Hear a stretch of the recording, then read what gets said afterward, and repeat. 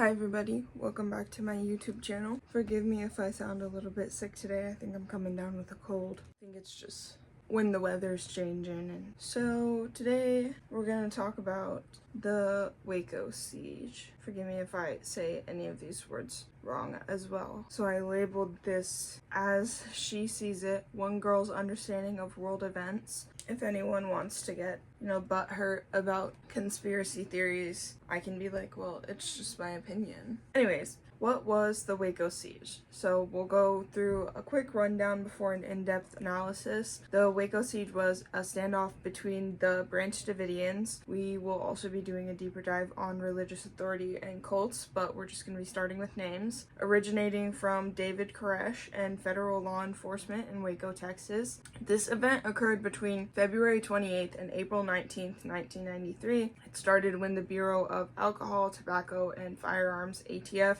attempted to raid their compound to serve warrants on child abuse and weapons violations. The confrontation was violent and ended in the deaths of 4 federal agents and 6 Branch Davidians. After that, the FBI took over negotiations, which led to the standoff that ended in a fire resulting in the deaths of 76 individuals, including 25 children. Buckler 2022. Who were the Branch Davidians? The Branch Davidians were a group splintered from the Davidians, often confusing the two. Their start dates are important to reference. The Davidians were started by Victor T. Houteff in 1929 as a reformation of the Seventh-day Adventist Church. Pitts, 1995. The Branch Davidians were separation of the Davidians originating in 1955, started by Ben Rodin, following the death of Victor T. Houteff. Houteff and a group of his followers resettled near Waco and established the Mount Carmel Center, where the group grew to about 90 people. Houteff was also a key character in developing the cultist notions surrounding this church, maintaining sole authority and stating that he would not die. Therefore, his death came as such a shock to his followers that several groups branched off from his, leading to the Branch Davidians. Houteff stated before he died that a prophet would be chosen by God, and the group felt let down as time passed and no person appeared to lead the group. Benjamin Rodin, a former Seventh-day Adventist, then led the group to believe that he was their prophet. Yemen, 2014. I'm choosing not to get too deep into explaining much of their beliefs. I think that there arises this sort of mysticism that romanticizes and downplays a lot of the bad things that people did if their beliefs told them it was okay. Like how people in the future and even now are saying they've been duped by a certain person's behavior, as if it hasn't been well known generally what things are and are not okay to do, like touching kids. The fact that that needs explaining is it's honestly almost hilarious if it weren't as exhausting as it is, but people tend not to hold their prophets accountable because cults thrive on total control and grooming their followers to accept even the most despicable behaviors. The Bible states that whatever you did for one of the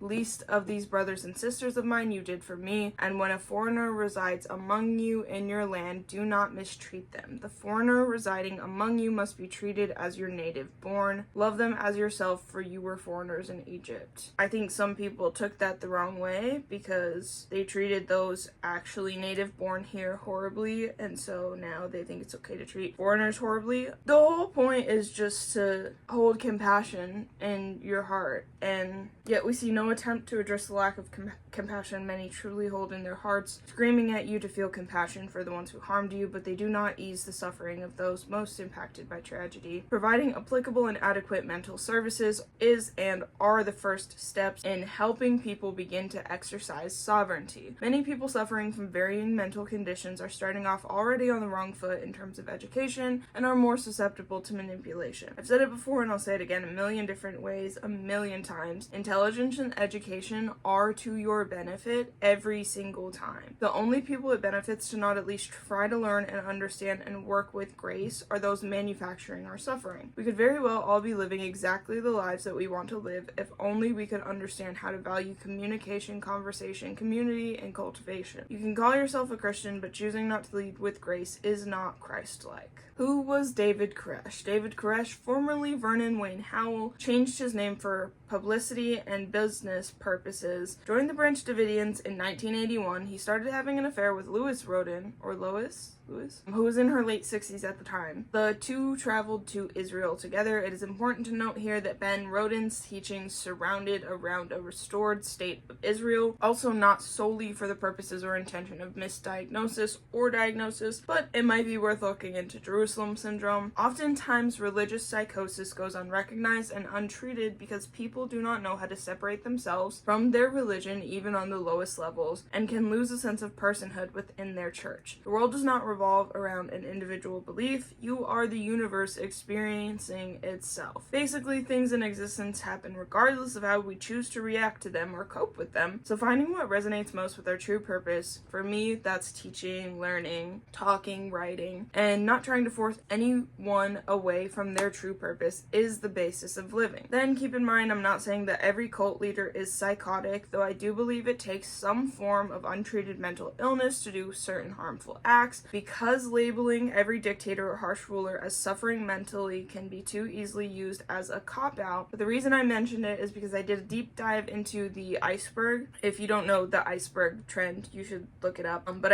I did a deep dive into the iceberg of mental illnesses, and within this case, I noticed the slightest pattern that might indicate Jerusalem syndrome. Mind you, he changed his name from the belief that he was the head of the biblical house of David, and Koresh is the Hebrew translation of Cyrus, which Cyrus was the name of a Persian king that had allowed the Jews held captive in Babylon to return to Israel. Sounds like a case of religious psychosis if I ever heard one, especially that need to tie his name to Israel and biblical stories. Signs for concern were there years before anything that went down in Waco, but a lot of the people surrounding him likely suffered from some of the same delusions, to where there was no possibility of truly building a case to help steer him and them away from it. In late 1987, David Koresh went to Mount Carmel with 7 of his followers. They were armed with 5 semi-automatic rifles, 2 .22 caliber rifles, 2 12-gauge shotguns, and almost 400 rounds of ammunition. They shot Rodin in the chest and hands. Koresh and his followers went on trial for attempted murder. His followers were acquitted, and a mistrial was ordered in Koresh's case. Koresh had told the jury that him and his men were on Mount Carmel to find evidence of corpse abuse by Rodin, and their shots were aimed at a tree. By 1990, Koresh was the leader of the Branch Davidians, PBS 2014.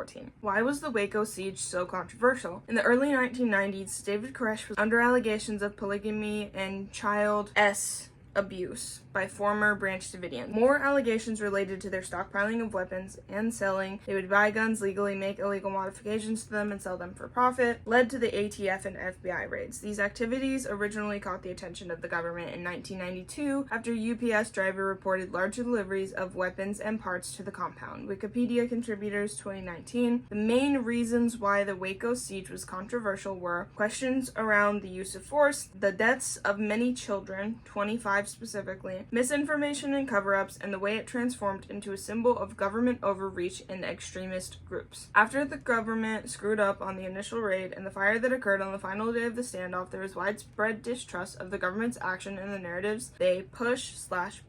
Rogers, the agent who gave the authorization to use the military rounds, also was the hostage rescue team commander during an earlier siege against white separatist Randy Weaver in August 1992 in Ruby Ridge, Idaho, in which Weaver's wife, Vicky, was shot and killed by an FBI sniper. I believe she was holding their baby. Rules of engagement drafted by Rogers, which allowed agents to shoot armed suspects on site, were later deemed illegal by a Justice Department task force. As a result of his role at Ruby Ridge, Rogers was issued a 10-day suspension in 1995 and voluntarily accepted reassignment to a non-tactical management job. He has since retired from the Bureau. Walsh and Levy, 1999. Without all the details, no one can be certain how or why the fire started. Some even believe that as it was a doomsday cult, that someone, likely the leader, started the fire to make sure that their prophecies were fulfilled. Some of the mistrust and confusion stems from the use of incendiary, military tear gas. There is no way of knowing if there were any accelerants or what materials the gas may have encountered, and that was very possibly the reason for the fire. All the not knowing and cover-ups ultimately led to a rise in the mistrust of the government and the media.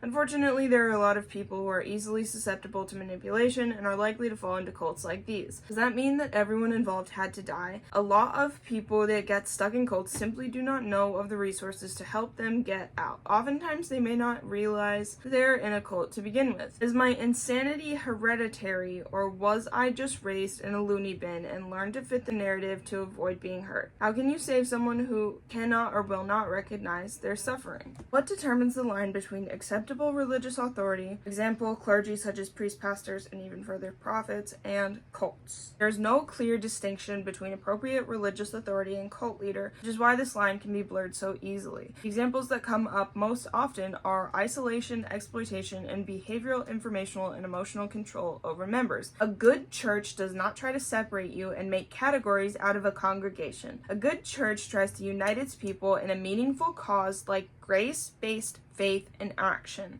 A good church does not try to exploit you sexually, financially, or otherwise. A good church will never ask you to give more than you are capable. They are glad to see your faces on Sunday and do not expect obedience. A good church does not try to control you in any form. It allows you to flourish under your true purpose and however that relates to the God that you believe in. There is this spectacle around cults because people seem to not understand them. The best way that I can explain is some people are aching for somewhere to fit in and something to belong to, and cults are meticulous about telling people who are unsure in themselves what they are begging to be told. No one is immune to propaganda, and it never starts all at once because your abusers are kind to you at first. They slowly push boundaries until you finally realize that you've accepted things you never would have before. Begin to find fault in yourself and think that if you have enough faith that things will get better. You begin to believe that there's something wrong with you in your relationship with God until you no longer even have a sliver of self-esteem and you're stuck in this cycle. The best way to combat this is to seriously talk to people and provide adequate mental care for all. There's a lot wrong in this world and we don't make it any easier by dividing communities. People feel so isolated in their normal lives that it makes it the easiest thing in the world to isolate them in a cult. Addressing root issues like mental health and support system would do wonders for stopping things like this early on. Why is questioning the government healthy?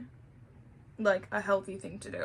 Furthermore, an issue I see in modern media is that modern media is lacking something that would also be beneficial, which is this questioning. Algorithm matters and you'll see things you like, comment, and interact with more often. But in the news and papers and common publication formats, there's either such an oversaturation that nothing of substance can get out underneath all the fluff and romance that we try to cover our eyes with so not to feel grief of the world we were promised, or there's a significant lack of informative journalism, or both. So why is questioning the government healthy and, if anything, incredibly important? Well, that is because it encourages accountability. If you never get the chance to say how you feel about the policies being passed, then how does the person in charge know that they're speaking for the majority? They don't. Also, people are more likely to stand up against things that do not suit them if one person starts. Everyone wants a village and no one wants to be a villager. Everyone wants a party but no one wants to start the dance. So you have to do things scared. You have to do them when you think your voice does not matter and you believe that you'll never be heard, because someone will hear you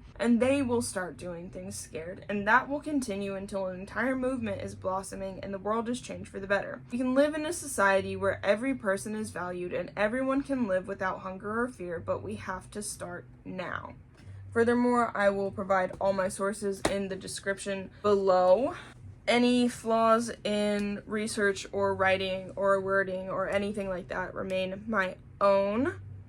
If you have further information that you would like to share, please start that discussion in the comments. I don't know what the rules and regulations are for YouTube, so I don't know what things I am and am not allowed to say. And as I want to keep this information up and I want to keep my videos up for as long as possible because I want the information to be easily accessible for the masses, I need to just unfortunately be more careful about what I say, or specifically how I phrase things, because unfortunately some of this information is just things we need to know about. There is no way of sugarcoating things like government overreach, slavery, indigenous mistreatment throughout history. There's no way of saying these things nicely, but they can be said carefully, I suppose. just really, really frustrating that to be able to educate and to be able to provide education to the most amount of people, you have to censor yourself a little bit. But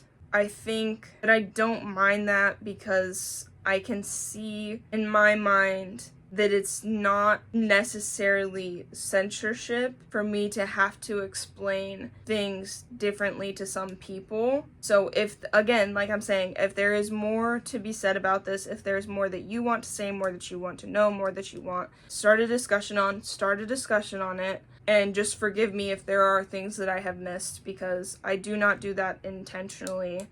I just try to be very careful and be... I'm not sure what the words I'm looking for are, but I am hoping that you understand me and that you understand this video, and that this video and my other videos have encouraged you to do your own research into all the other topics. And I'm just really glad that you're here. I'm really glad that you're learning. I'm really glad that you care about learning. And I'll see you guys in the next video. Thank you so much for watching, and bye.